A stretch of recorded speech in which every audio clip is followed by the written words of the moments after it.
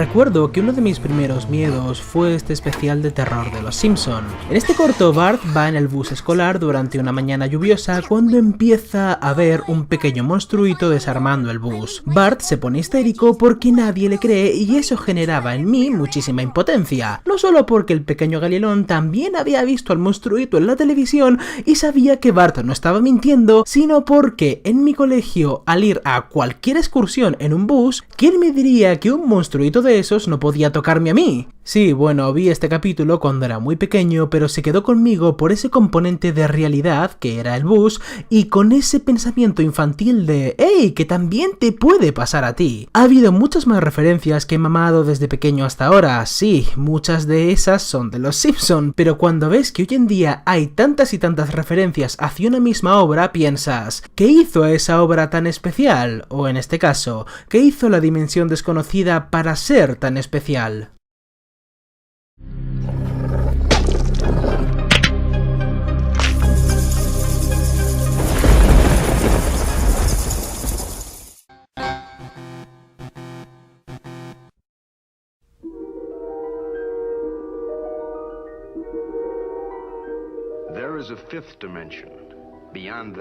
La Dimensión Desconocida de Twilight Zone. No hay serie que haya marcado más a la cultura y que haya establecido tantas bases. Sí, ahí tenemos a series como Los Soprano que le dieron a las series un toque cinematográfico o a los archiconocidísimos cortos animados, pero en lo que se refiere a marcar una época y una cultura, no hay otra como La Dimensión Desconocida. Yo no la había visto hasta hace unos pocos meses y aún así llevo años oyendo hablar que si Twilight Zone por aquí, que si Twilight Zone no sé qué por allá. Y como enamorado de los géneros de misterio, ciencia ficción, terror y fantasía, es normal que yo haya oído escuchar de ella, pero es que hay gente que no es habitual a estos géneros y que seguro han oído hablar de películas de Spielberg o han escuchado hablar de pasada de una serie llamada Black Mirror. Todos estos famosos ejemplos han bebido en mayor o menor medida de la teta de La Dimensión Desconocida, y todos le deben algo, pues es una serie tan amplia que toca tantos palos que estoy seguro que tiene algo para cada tipo de público. La Dimensión Desconocida ha sido un constante en el imaginario colectivo, y para muestra un botón, pues hace poco Jordan Peele anunció que estará a cargo de otra reimaginación de esta serie, pero ¿por qué ha marcado tanto a la cultura popular?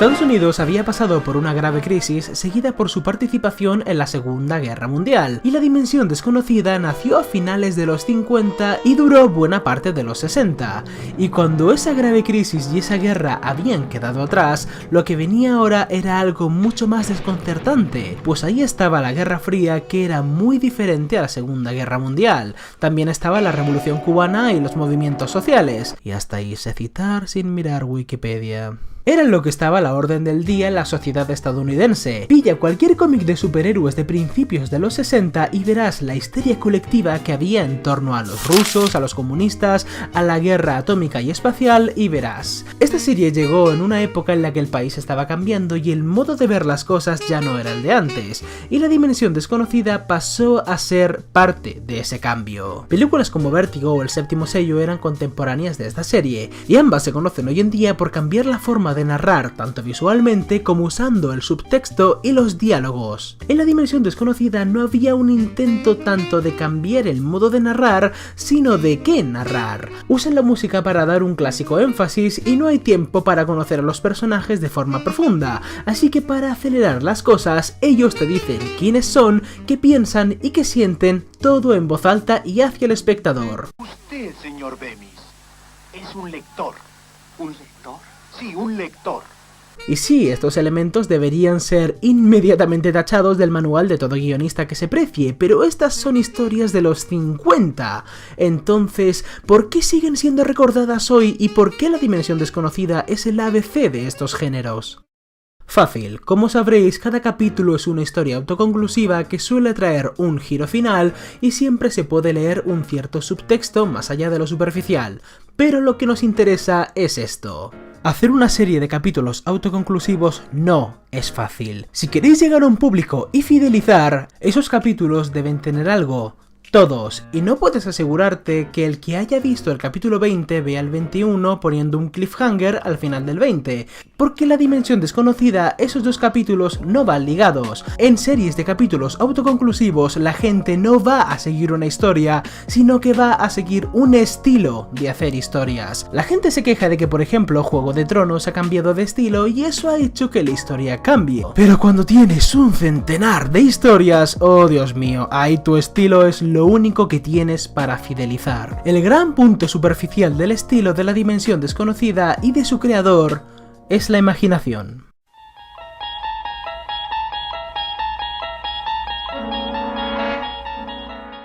Los capítulos de la dimensión desconocida tienen una estructura muy marcada de sota, caballo y rey. El narrador nos introduce en la historia casi como un cuento o una fábula infantil podría hacer, y nos deja en un escenario con un protagonista concreto, centrando la atención del espectador en algo muy específico.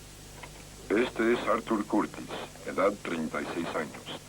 Parece una persona normal física y mentalmente, pero dentro de un momento nos demostrará que la línea que separa la realidad de la imaginación es casi invisible. Después, ese protagonista muestra cómo es, y nunca verás que dicho protagonista esconde algo de su personalidad o se reserva algo para él.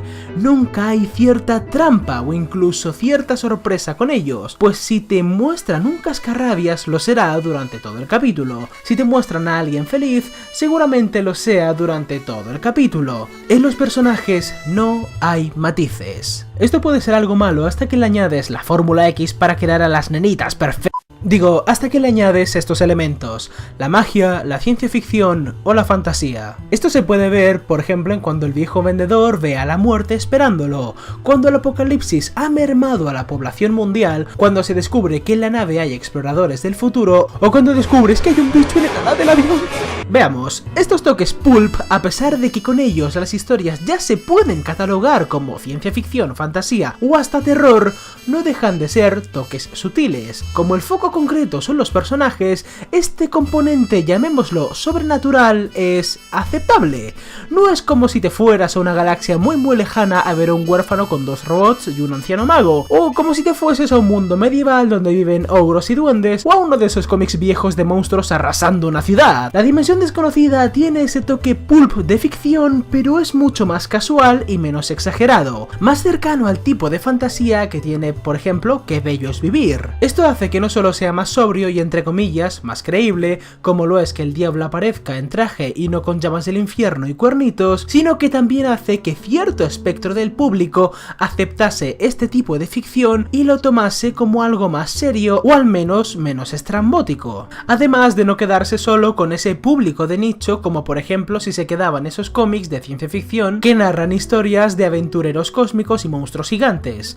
La ficción y el terror es muy sutil y muy verosímil. Sigamos, la historia se desarrolla y siempre suele haber una decisión final que tiene que hacer el protagonista y al final nos ofrecen un gran giro. Y es aquí, en este punto en donde se ganó a la gente y donde siempre suele haber una vuelca de tuerca. Joder, es que han pasado 60 años desde que la puñetera serie empezó y aún así habían giros que a mí me dejaban con el culo torcidísimo. La dimensión desconocida era un manantial de ideas nuevas e innovadoras dadas a luz por la sociedad y los problemas y cambios del pueblo estadounidense de principios de los 60. Y sí, aunque me hubiese gustado y mucho que si hubiesen cambiado la fórmula de sota, caballo y rey en algunos capítulos para variar, y agradezco que en las últimas temporadas se diese un huequito más grande para el terror, he de reconocer que su recorrido es intachable. Hay tanta variedad y tantas de sus historias han servido como inspiración que creo que es innegable decir que la serie es historia de la ciencia ficción. Verosimilitud, fantasía e imaginación, y esta especial mezcla solo se puede dar en la dimensión desconocida. Pero, ¿quién es el que hace la mezcla?